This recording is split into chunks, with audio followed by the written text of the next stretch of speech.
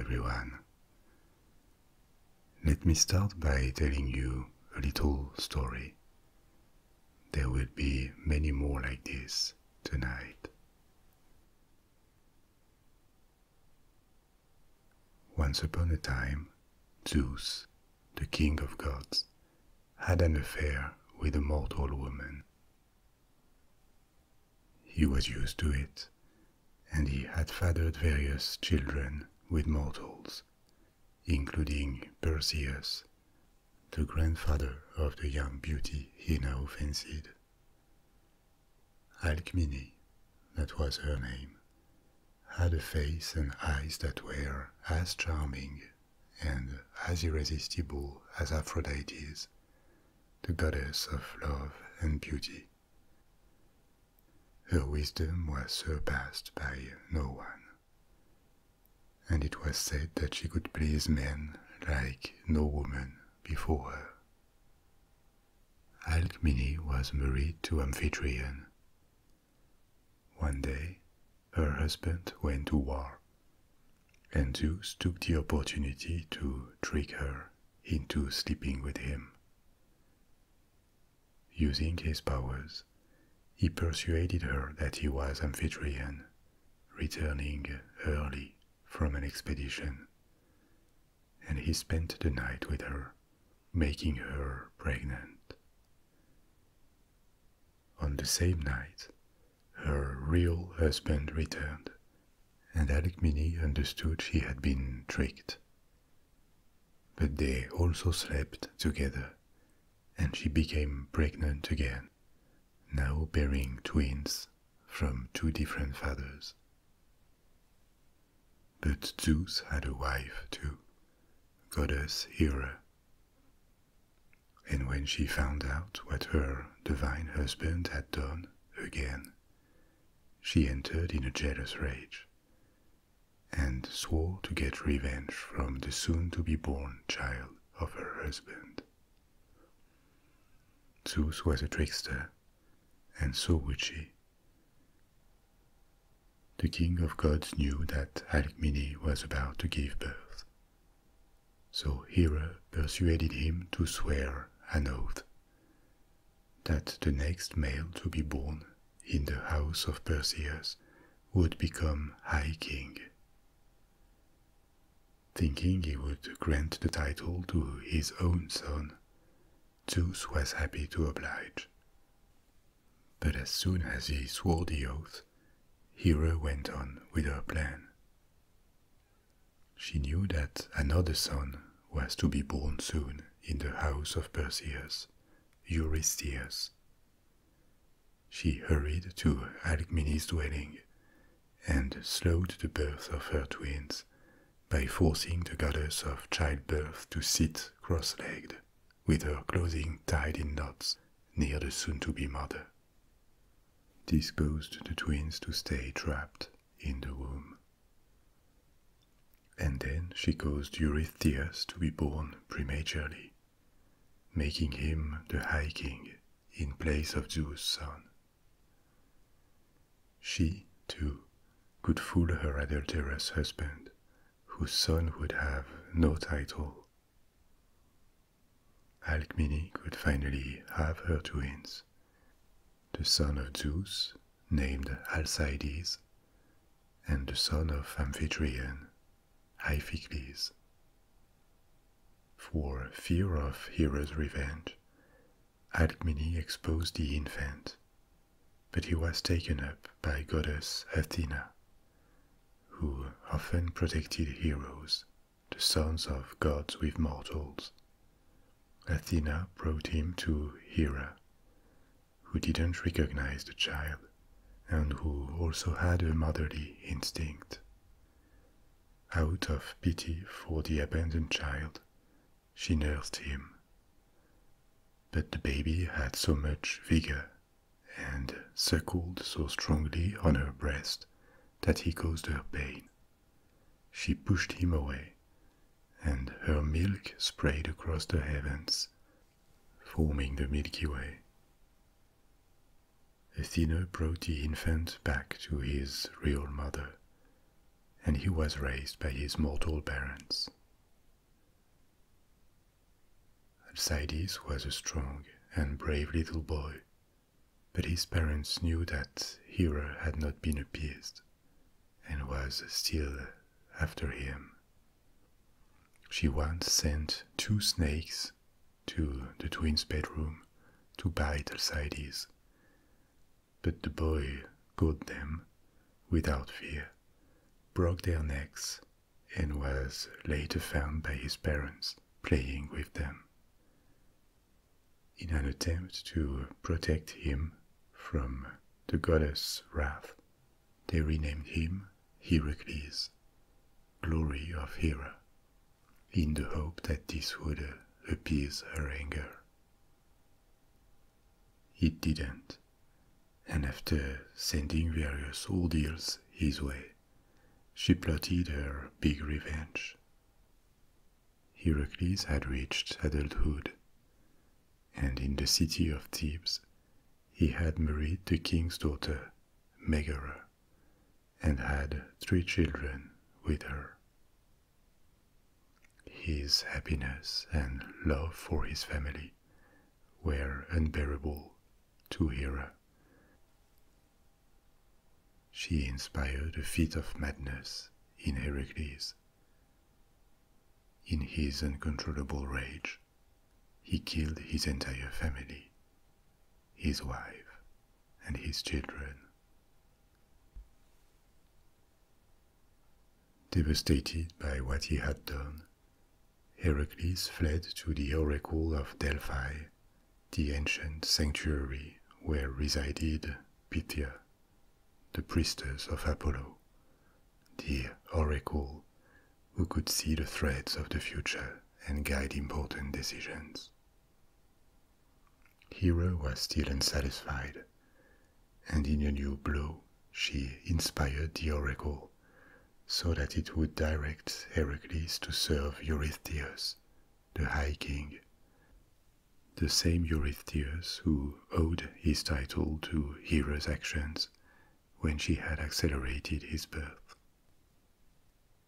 Heracles was said that his sin would be redeemed if he served Eurystheus for 10 years and accomplished any task he would be instructed to perform. Heracles accepted and went to Eurystheus, and he started a series of extraordinary accomplishments that would cement his legend: the 12 labors.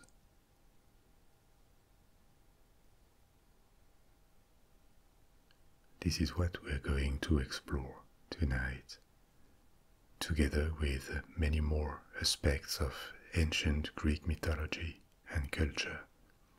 How did different myths connect between them? How were they elaborated? And I will tell you each story, as I just did about Heracles' origins. So this is a new long exploration journey to the past and to mythology that we're going to start. One that will take us to dangerous marshes, to the lairs of monsters like the Hydra, to the land of the Amazons, to the garden of the Hesperides, and even to the underworld, the kingdom of death, and back. As usual, there is no obligation to keep your eyes open to follow along. Just let the sound of my voice guide you. It will be enough. I now invite you to adopt a comfortable position and let go of other concerns for a little while. It won't hurt. Think about your shoulders and how you can let go of the tension that contracts them. Now do the same with your arms, your hands, and now your legs and your feet. take a single deep breath. The story is also here to let you fall asleep, a peaceful, restful sleep. So don't worry about missing out. You will be able to return to the story, and there are timestamps in the first comment pinned under the video to help you navigate it. You can also download this story with or without video on my Patreon page if you wish to support the channel and help keep it without video ads. The link is in the description. And now let's resume the story of Heracles, starting with his first labor. King Eurystheus accepted to give him various feats, also called labors, and the first one was to slay the Nemean Lion. In the northeastern part of the Peloponnese was a town called Nemea that lived in terror of a monstrous lion, a creature that couldn't be killed with weapons, because it was protected by a magical golden fur. Its claws were sharper than the sharpest swords, and they could cut through any armor. Heracles hoped he could kill it at a distance with arrows, because he didn't know about its impenetrable fur. But when he found the lion and shot several arrows at it, he understood this wouldn't work, as the arrows bounced off the creature. Heracles needed another plan. At night, the lion lived in a cave with two entrances. Heracles blocked one, so that the creature wouldn't be able to escape. He was armed with a club that he used to stun the beast, and then he strangled it with his bare hands, making the magical golden fur useless. After slaying the lion, he tried to skin it with a knife, but he couldn't pierce the fur, even after sharpening the knife with a stone. Goddess Athena was watching him, and she inspired him to use one of the claws, because they were the sharpest weapons in the world. And it worked. Heracles turned the fur into a coat that he wore from this moment on, a coat that was impervious to the elements and most weapons, and would protect him for the rest of his adventures. He returned to Eurystheus, carrying the carcass of the lion on his shoulders, to the surprise and terror of the king. Eurystheus told him that from now on his labors would be increasingly difficult. Heracles was often depicted in the antiquity and after with this fur cape and his club. This is the Nemean Lion's skin. In this first labor, he shows the kind of courage, physical strength, and intelligence that are typical of Greek heroes. But what is a hero, actually? Because this is a word that is used a lot, and its meaning has evolved along history.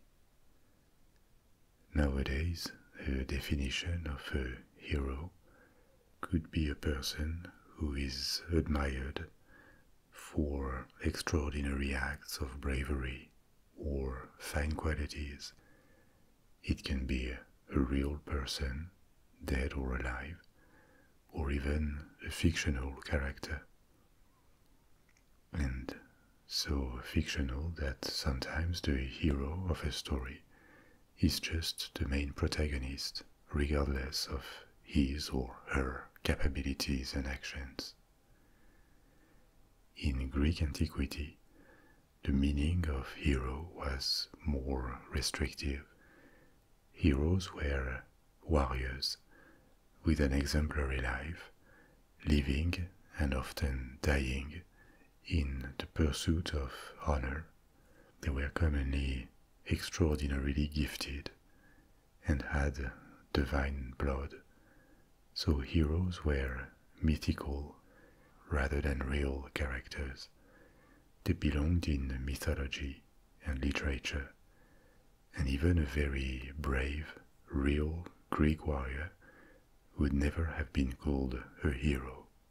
So, among the various characters, the various persons, real or fictional, that we may call heroes nowadays, the modern sense of heroes as fictional characters like superheroes or the main protagonists in fiction in general is actually the closest to the ancient meaning of the word for the Greeks.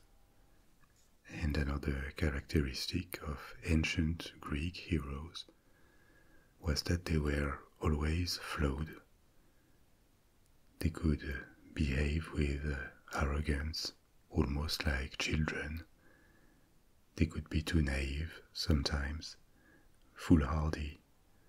They could embark on expeditions or ruin people's lives for trivial reasons. But generally, contrary to gods in ancient literature, heroes evolved. They didn't stand for a fixed concept or an aspect of the world like gods did.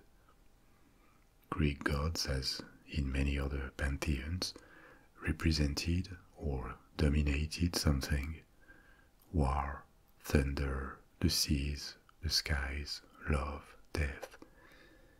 They are depicted in ancient Greek literature with human-like characteristics, in the sense that they have feelings, they have passions, they fight between them, they have a personality, but they never change.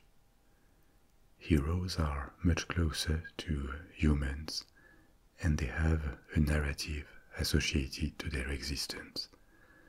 They always go on a journey where they discover the world and themselves, they learn, they face dilemmas, and they build a legacy that will survive them. The archetypal hero, apart from Heracles, is Achilles, who fought in the Trojan War on the side of the attackers, the Greeks. He is the central character of the Iliad, the tale by Greek poet Homer of the fight between the Trojans and the armies led by King Agamemnon. Achilles had superhuman strength on the battlefield, and he was protected by some of the gods, especially Athena. But he was also whimsical, able to lose his humanity and become uselessly cruel. For example, he withdrew from the war and came back only to avenge his friend and lover killed by Hector, another hero and Trojan prince who fought on the other side. Achilles killed Hector and dragged his body around the walls of the city to humiliate an enemy that was already dead. He was known for his uncontrollable rage that made him act unwisely, and he was clearly depicted as flawed, imperfect. The main heroes were worshipped as half-gods. They had their temples, and we know their lives and mythical accomplishments through literature, which developed multifaceted characters and told stories like probably no other culture before, at least in a written form that we can know of. And because heroes change and they can die, they are relatable, they can be role models, and they can serve to tell cautionary tales. This makes them a bridge between mythology, religion, and literature. Their stories were not only entertaining, they were edifying too. Maybe after the Greco-Roman antiquity, when these characters receded in popular culture and disappeared in religion, their cult disappeared, the saints replaced them culturally. Be it in the Christian or Muslim traditions, there are saints whose lives are exemplary, but not exemplary because they were born perfect, rather because they went on a heroic journey of a spiritual nature. They accomplished great things, miracles. They are not heroes in the classical sense of the term, but maybe they played the same role in popular culture as a replacement of these antique heroic figures that were very famous in the antiquity. In ancient Greece and later in Rome, heroes were a big part of popular culture. They were absolutely not obscure characters only known by a minority. But we have many more things to discover about mythology and antique culture. So for now, let's return to Heracles and his second labor. The second labor was a trap prepared by Hera, who kept tormenting Heracles. She had raised a terrifying monster just to slay Heracles, the Hydra, and she inspired Eurystheus to demand Heracles kill it. The Hydra was a water monster, looking like a giant snake with multiple heads. Its lair was a lake, the Lake of Lerna, which was known to be one of the entrances to the underworld. The monster was unapproachable because its breath was poisonous, and it was so toxic that just the scent of the creature was deadly. It had multiple heads, and even more terrifying was the creature's ability to regrow them when a head was chopped. 2 new heads replaced it, so that the creature became more and more powerful as it fought. Only oblivious warriors would have dared attack such an invincible monster. Upon reaching the swamp near Lake Lerna, the creature's lair, Heracles covered his face with a cloth, so that the poisonous fumes could not affect him. The Hydras Lair was a spring, a cave where it stayed most of the time, and emerged from time to time to terrorize the villages around. Heracles shot flaming arrows at the cave to force the monster to appear, and when it did, he confronted it. The fight began, and Heracles repeatedly chopped heads, but more kept replacing them due to the monster's evil regeneration powers. The fight looked hopeless, and short of solutions, Heracles had to back down, and the Hydra returned to its lair. Realizing that he couldn't beat the Hydra in this way, Heracles called for help on his nephew, the son of his twin. His nephew, Iolaus, was astute and inspired by Athena. He had the idea of cauterizing the open stumps immediately after Heracles would chop the heads, which would prevent new heads from regrowing. They returned together to the Hydras Lair and confronted it again. But Hera was watching, and seeing that Heracles was now winning the struggle, she sent a giant crab to the scene to distract him. But Heracles crushed it, and now the Hydra had only one head left, its immortal head that would live on even separated from the body. Athena gave Heracles a magical golden sword, and with it he could cut off the last head that kept the creature alive. Then he placed the head under a rock and dipped his arrows in the Hydra's poisonous blood. His second task was complete, and again he came out of it stronger. He returned to Eurystheus for his next assignment. The Hydra, like the lion before, was a chthonic creature. Maybe you've heard this term associated with the world of H.P. Lovecraft, the author of horror novels. The word chthonic means subterranean. There were several words in Greek for earth. One that is more famous is Gaia, which refers to the surface of the land.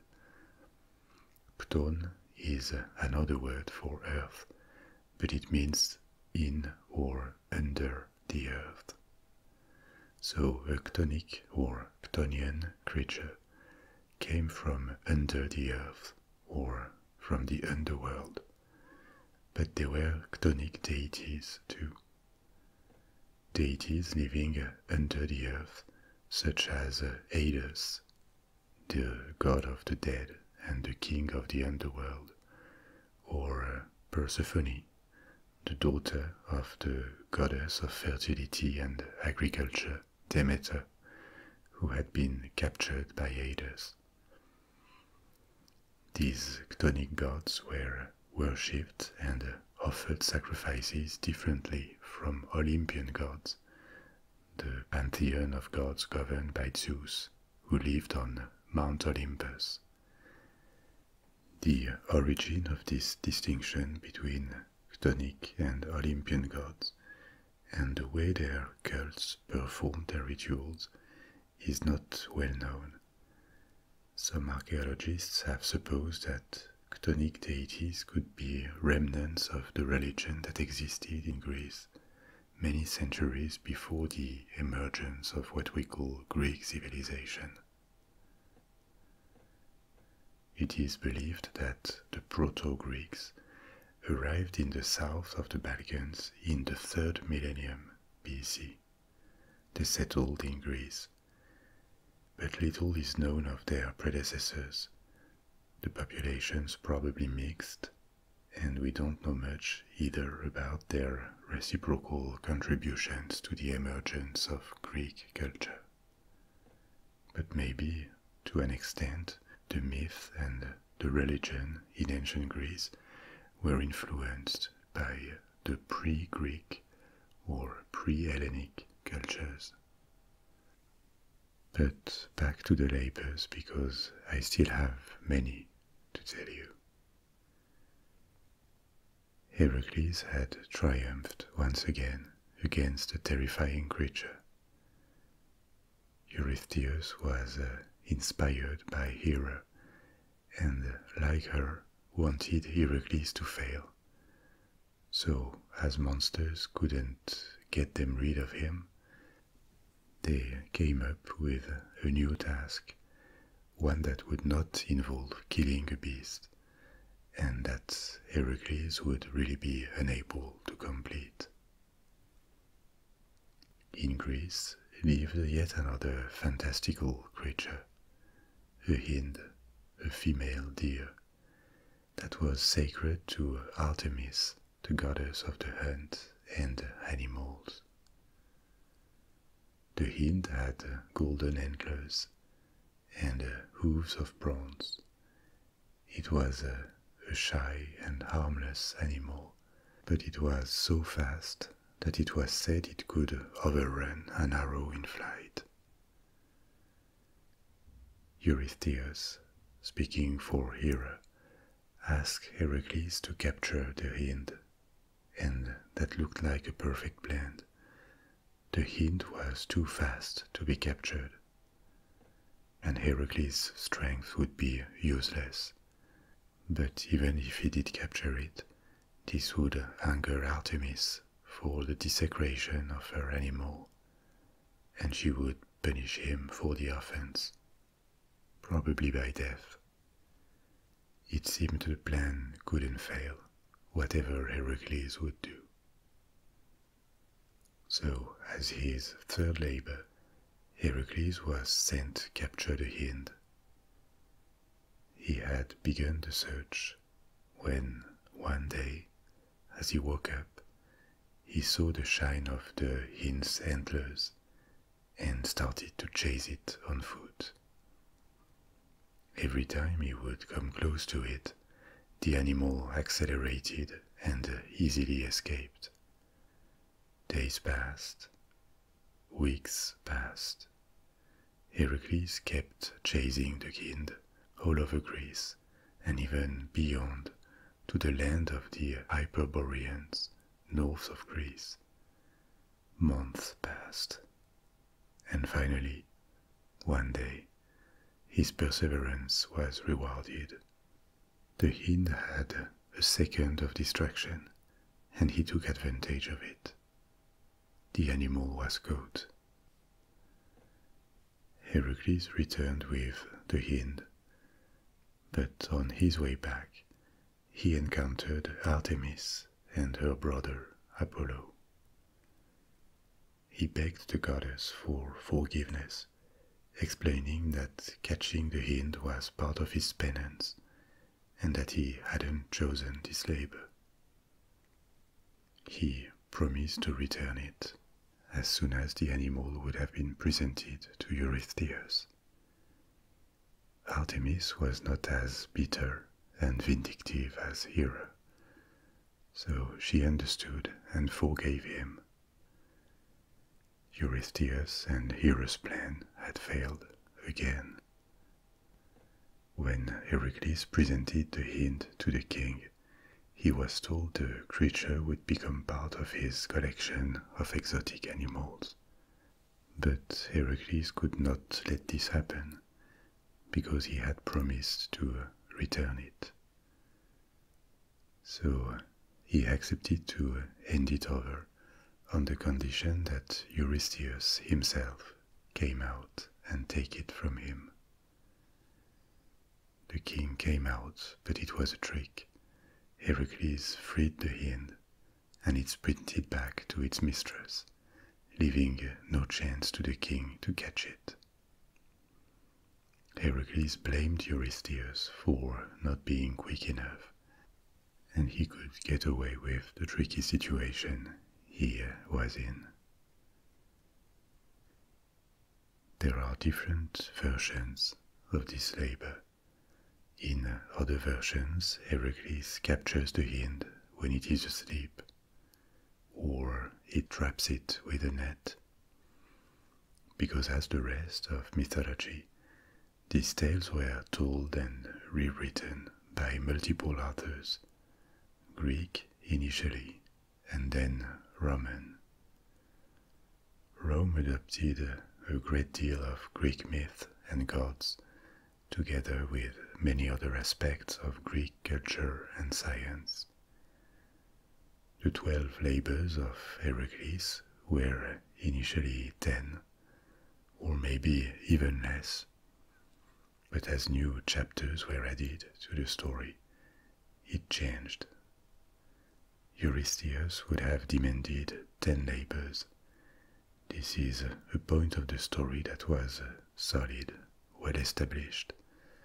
But as new chapters, new labors were added, authors needed to reconcile the 10 labors storyline with a tradition that now contained 12 different tasks performed by Heracles.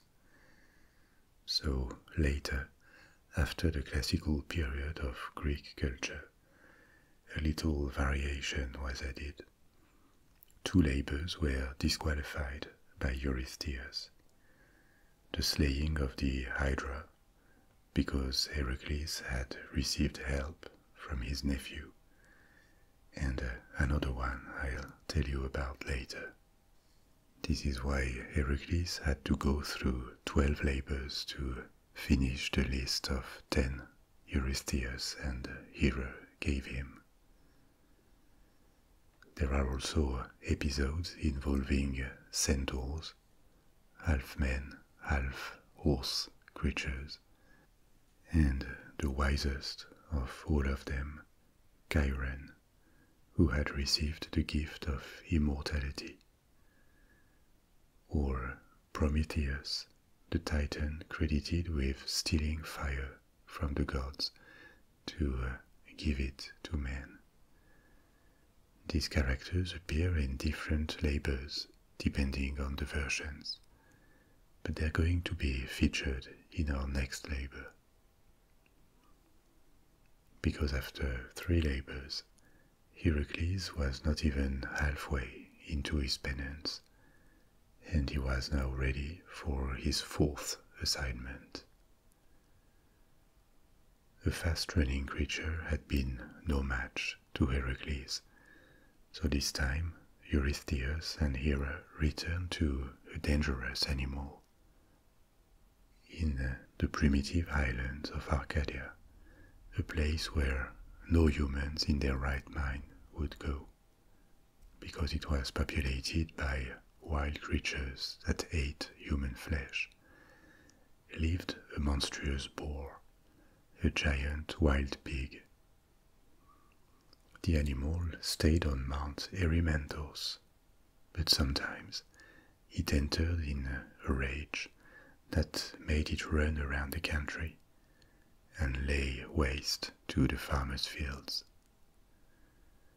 The wild boar was dangerous, and so were the inhabitants of Mount Erymanthos.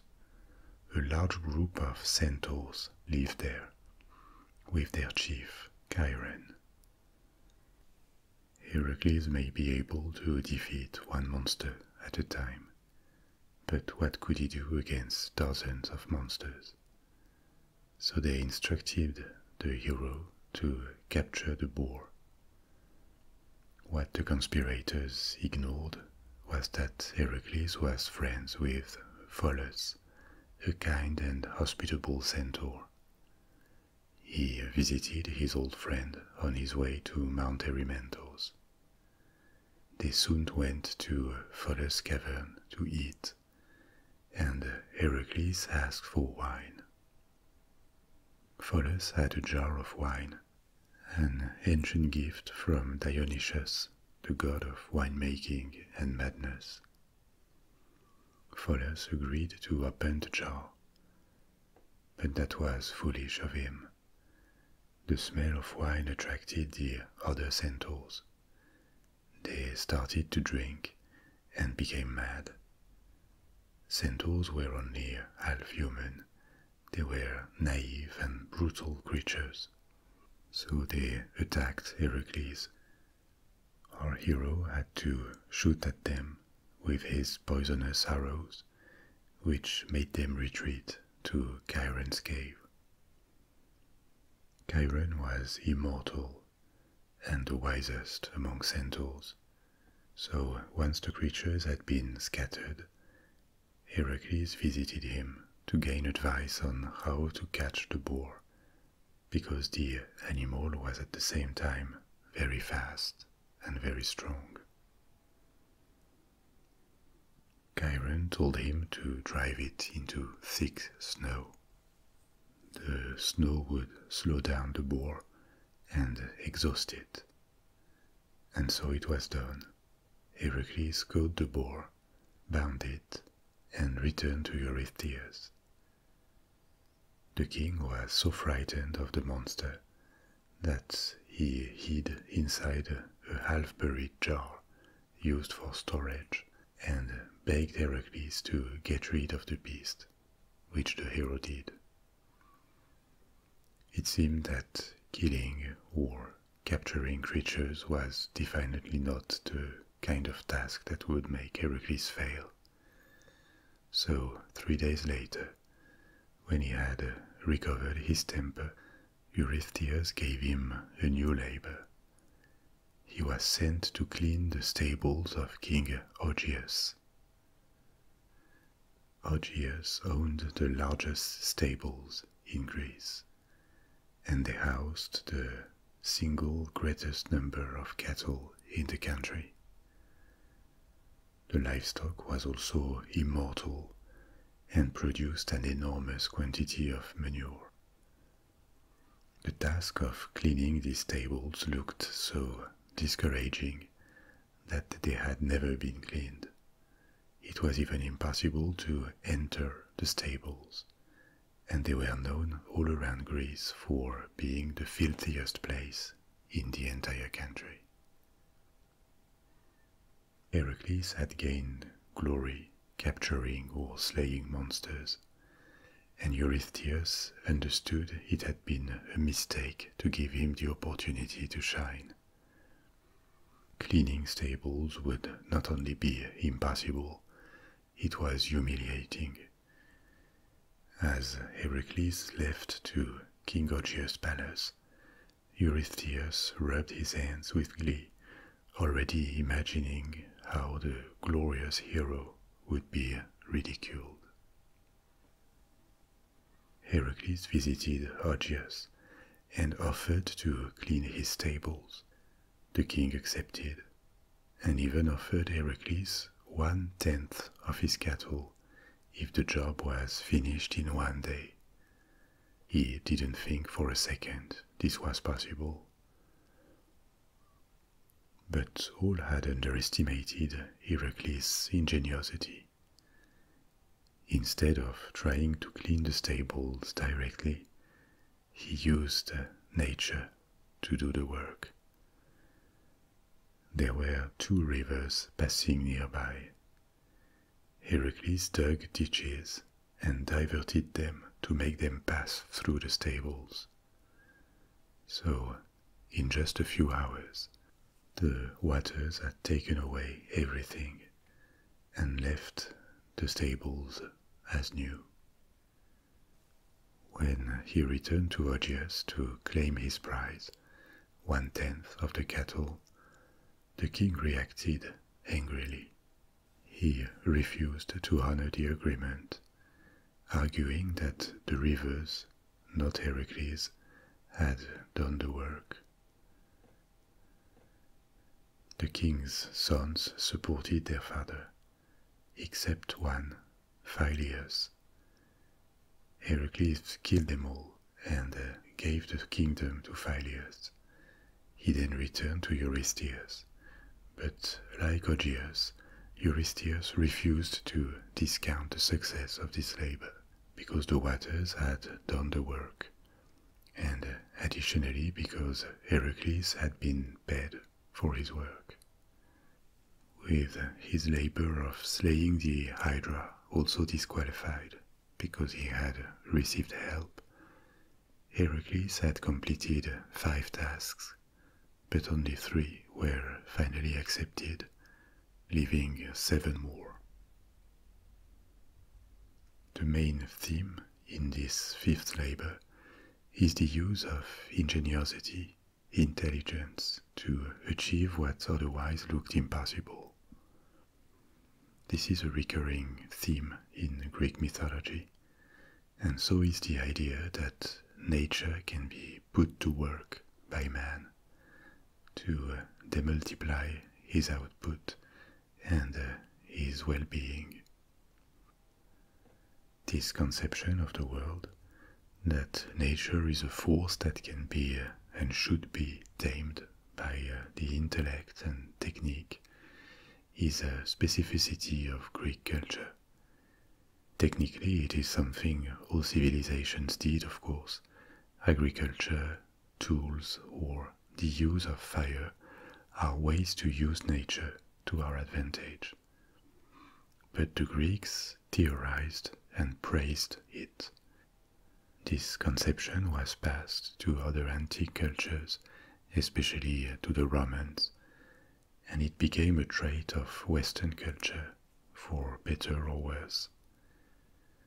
More than 25 centuries ago, the seeds of this relation between mankind and nature were already present in this myth.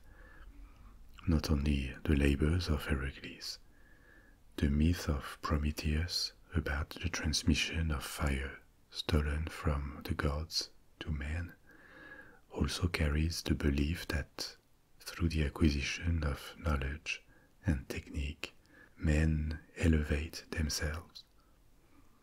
They gain power to act on nature and come closer to the status of gods through this elevation.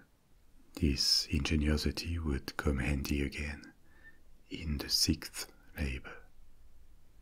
For his sixth labor, Eurystheus sent Heracles slay a swarm of birds dwelling in a swamp in a region called Stymphalia.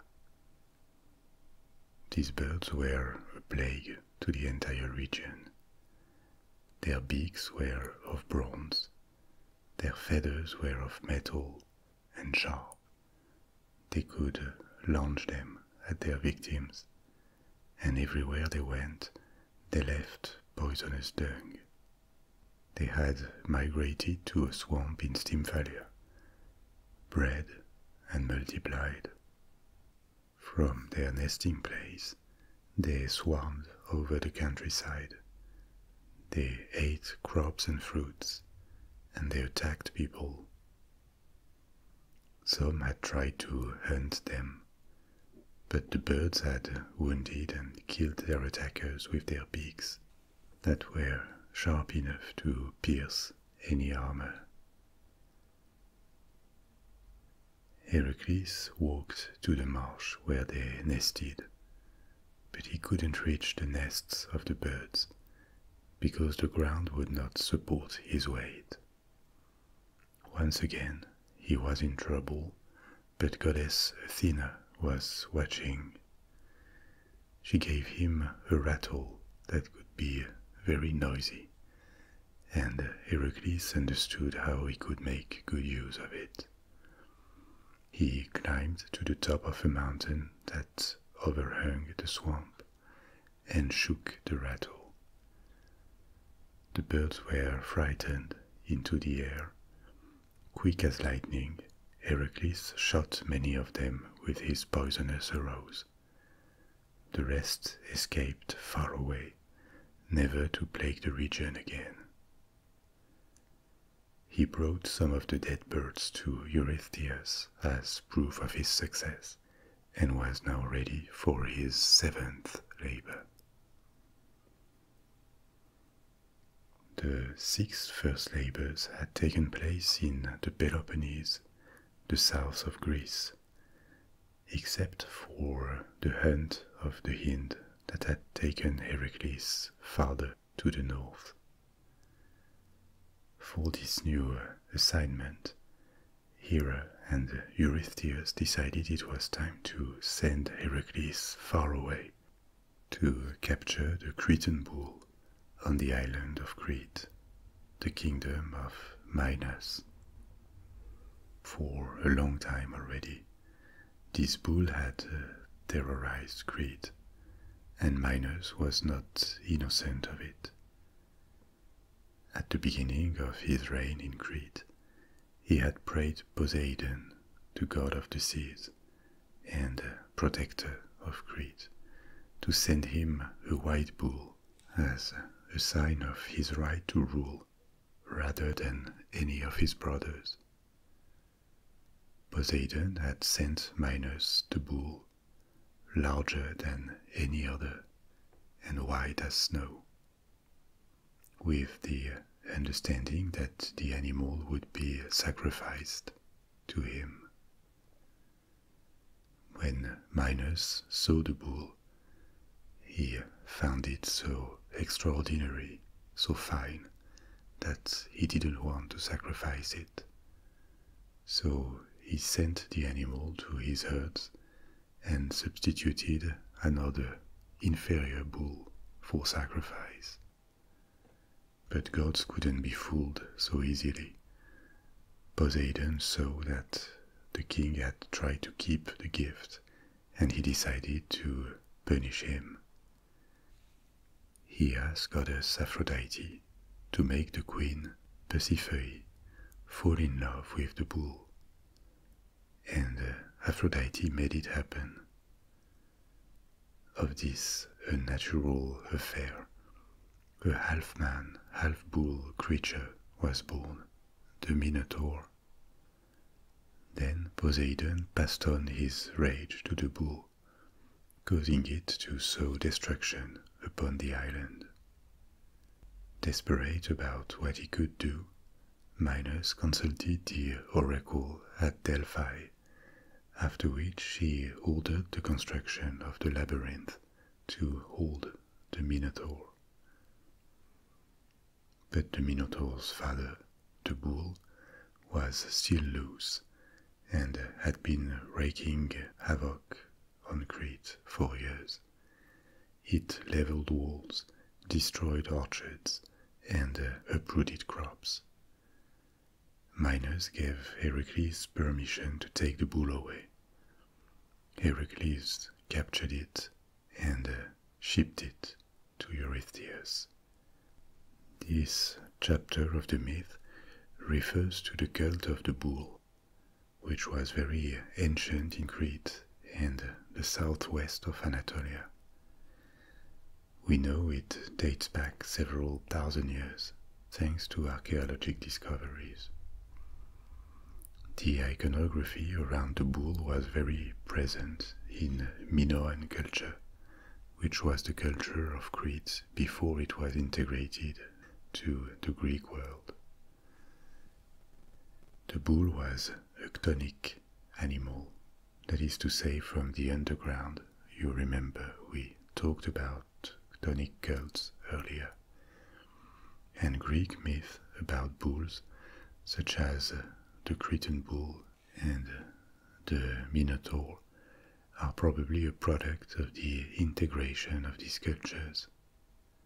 But actually this labor of Heracles was added later, after most of the other labors, and maybe as a result of the connection between Crete and the city of Athens.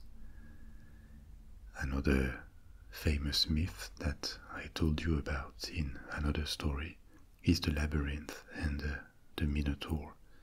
It also includes this connection between Athens and Crete, because the starting point in the myth of the Labyrinth is this mythical tradition of sending young Athenians to the Labyrinth, where they would be offered in sacrifice to the Minotaur. Heracles was now ready for his 8th labor, and this one would take him to Thrace, to the northeast of Greece. Eurystheus sent him to capture and bring back a terrifying herd of 4 mares, 4 horses that fed on human flesh and belonged to the king of Thrace, Diomedes. The king fed them with servants that had displeased him, or guests that expected to find shelter in his palace and ran to their death instead. Diomedes was a half-god too, like Heracles, a son of Ares, the god of war, and a princess. From his father he had inherited the cruelty and brutality, and there was no negotiating with them. The mares had to be stolen. Hera and Eurystheus hoped that this new trap would finally get rid of Heracles. Not only were the 4 mares dangerous, so was their owner, and he was a king and a half-god. Heracles travelled to Thrace. He took the horses, but soon he was chased by Diomedes and his men. In their stable, the horses were kept tethered to a manger, but as soon as he freed them, they became hard to control, and the hero needed all his strength to keep them together and avoid being eaten alive. With the horses binded with a chain, he travelled by day and rested by night on his way back to Greece. But the king approached, and Heracles had to fight him. He won the fight, killed Diomedes with an axe, and fed the body to the horses to calm them. As soon as they finished eating their previous owner, the horses became calmer. Heracles took the opportunity to bind their mouths shut, and he could easily take them back to Eurystheus. The king dedicated the horses to Hera, and this is how Heracles completed his 8th labor. But the hero was not done with Ares' offsprings yet. For his 9th labor, Eurystheus was willing to please his daughter. She wanted the belt of Hippolyta, the queen of the Amazons. Hippolyta was a daughter of Ares, and her father had offered her this belt as a symbol of her power over the feared tribe of the Amazons, a tribe of warrior women. The Amazons lived far away from Greece, on the coasts of the Black Sea, and Heracles gathered a group of companions to set sail to their land. When they arrived, Queen Hippolyta received him well, as the Amazons respected strength and had heard of his exploits. She agreed to give him the belt. But Hera was watching again, and would not let him succeed so easily. She took the appearance of an Amazon, and walked among them, sowing seeds of distrust. She claimed Heracles came to abduct the queen or kill her. The Amazons were alarmed, and set off on horseback to confront him. But when Heracles saw them approaching, he thought Hippolyta had been plotting all along, and would not handle the belt. In a rage, he killed the queen, took the belt, and escaped by the sea. The Amazons could not go after him on horseback, and he managed to return safely to the court of Eurystheus with the belt, accomplishing his 9th labor. The Amazons were a recurring myth in ancient Greece. Depending on the authors, they were located in different places, the north or the south of Anatolia, of Turkey, or even the coast of Libya. They appeared in the Trojan War. On the side of Troy, they fought against the Greeks. Maybe the myth has roots in the existence of female warriors in the steppes north of the Black Sea. Tombs of such warriors have been discovered, but the term Amazon has passed to modern language to name warrior women in general. It is also the reason why the largest forest and river in the world are called Amazon. When the first explorers arrived in Brazil, they named them after the mythical land, maybe after seeing native people with long hair that made them think about female warriors. The myth of the Amazons has also sparked interest among psychologists and psychoanalysts, because it obviously relates to the sexuality and the representations of women in Greek society. Ancient Greece was extremely patriarchal. Women could not be citizens, participate in public life. They are present in mythology, but always in a secondary position.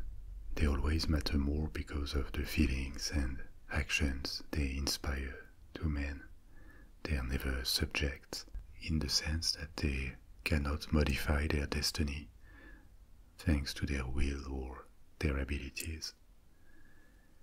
In this context, Amazons are a weird and a bit scary myth. They don't need men. They go to war. They form their own political community. For the male authors who wrote about them, they probably reflect a mix of repulsion and fascination as a counter-model of Greek society. Now that Heracles had returned from the land of the Amazons, he was ready for his 10th labor. Eurystheus and Hera decided to send him even further away this time, to the extreme west of the Mediterranean Sea. He was asked to obtain the cattle of Geryon, a giant who dwelt on an island where the sun set. Geryon was a terrifying monster with 3 heads.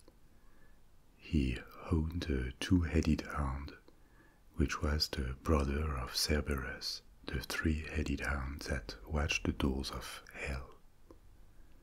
But his cattle was the most magnificent in the world. That was a long journey, and Heracles had to cross the Libyan desert to travel to Geryon's island. Frustrated at the heat and exhausted by the distance, he shot an arrow at the sun out of anger. Helios, the sun, was impressed by his courage and gave him a gift, a magical golden cup that he used to sail across the sea from west to east each night. Thanks to the cup, Heracles could arrive at the island in a few hours. But as soon as he landed, the 2-headed dog attacked him. The hound was no match for Heracles, who killed him with one blow of his club. The noise had attracted Geryon, who sprang into action, his 3 heads wearing 3 helmets. The giant was way too big to be vanquished with a club, and his multiple heads made it impossible to hide from him. But Heracles had his poisonous arrows. He shot one so forcefully that it pierced the giant's forehead. Geryon was dead, and Heracles could return to Greece with the cattle. But the journey was very long, and Hera was there again to stop him. She sent a gadfly to bite the animals, causing them to scatter. It took Heracles a full year to retrieve them all. In another attempt to stop him, Hera sent a flood that raised the level of a river, so much that Heracles could not cross with the animals. But the hero was never short of resources and energy. He piled stones into the river to make it shallower. After several more months, he finally reached the court of Eurystheus, where the cattle was sacrificed to the whimsical goddess. Heracles was now only 2 labors away from completing his penance, and Hera and Eurystheus were beginning to worry that he would succeed. How to make things even more difficult for him? Maybe by sending him to a place nobody could locate. This is how the idea for his 11th labor appeared. Eurystheus demanded Heracles bring 3 of the golden apples from the garden of the Hesperides. The Hesperides were the nymphs of evening, the daughters of the sunset who lived in the west. These supernatural beings were the daughters of Titan Atlas. They looked after an orchard, a garden that belonged to Hera, where extraordinary golden apples grew. The goddess was very fond of this garden. When her marriage with Zeus took place, different deities came with nuptial presents for her. Among them the goddess of earth, Gaia, who offered branches having golden apples on them. Hera greatly admired these branches and begged Gaia to plant them in her garden. The Hesperides were given the task of taking care of the garden, but they occasionally picked apples for themselves. So, to watch the nymphs, Hera also placed a never-sleeping dragon as a guard. The location was far away to the west, where the Mediterranean Sea and the world ended. It was unknown and well protected. There was no way Heracles would triumph this time. The hero didn't know where to look for the garden, so he went to one of the most ancient gods in the world, the primordial father of waters, the Old Man of the Sea, a god older than Poseidon himself. The Old Man of the Sea had no sympathy for Hera, and he helped him, indicating the way to the garden of the Hesperides. When Heracles arrived, he found Atlas, the Titan, who carried the heavens on his shoulders, and he tricked Atlas into retrieving golden apples for him. He offered the Titan to hold up the heavens for a while, so that Atlas could go take the apples in the garden. Atlas accepted, and the Hesperides, or the dragon, did not worry, as he was the father of the nymphs. When Atlas returned with 3 stolen apples, he decided that he didn't want to take the heavens back, and would instead let Heracles do the work. But Heracles had thought about it before. He accepted to let Atlas go to Greece, deliver the apples to Eurystheus, on the condition that the Titan would take the heavens back just for a short moment, so that he would be able to adjust his cloak more comfortably. The naive Titan agreed and took the heavens back, but Heracles just walked away with the apples, leaving Atlas to his fate. The 11th labor was completed.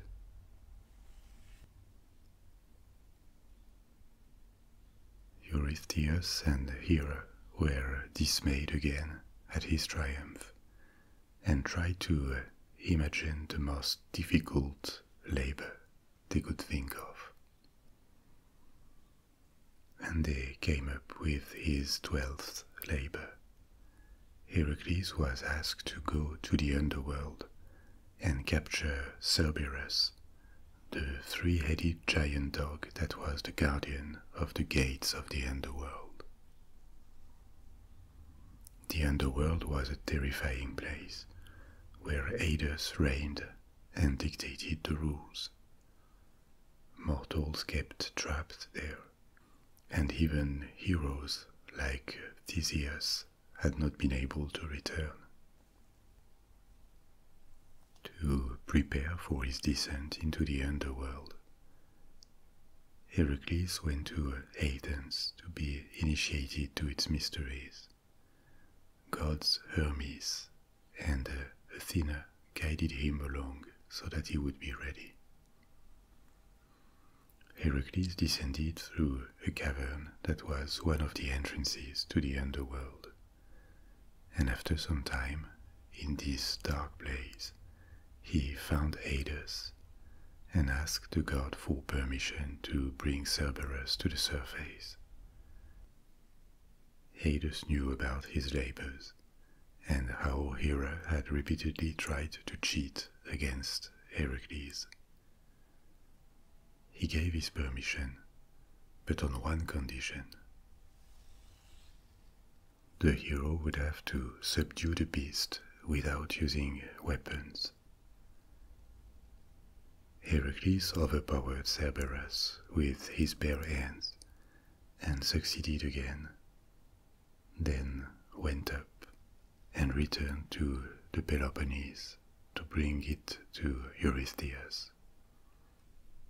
The king was terrified again and fled to the big jar where he had already hidden when presented with the wild boar. He was so scared that he offered Heracles to release him from any further labors if he returned Cerberus to the underworld. And so it was done. After years of service to Eurystheus and 12 impossible tasks in which he had succeeded thanks to his bravery, strength and intelligence, Heracles was finally free and washed off the sins Hera had made him commit. But the 12 labors had not only erased the past, they had made him stronger, more knowledgeable and wiser. Through this initiatory journey, he had learnt about the world, about himself.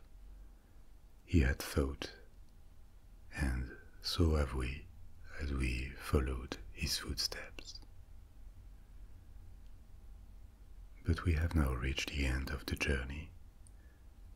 You may now let go and fall asleep. You will wake up happy and full of energy to go on with your life, enjoy it and learn more.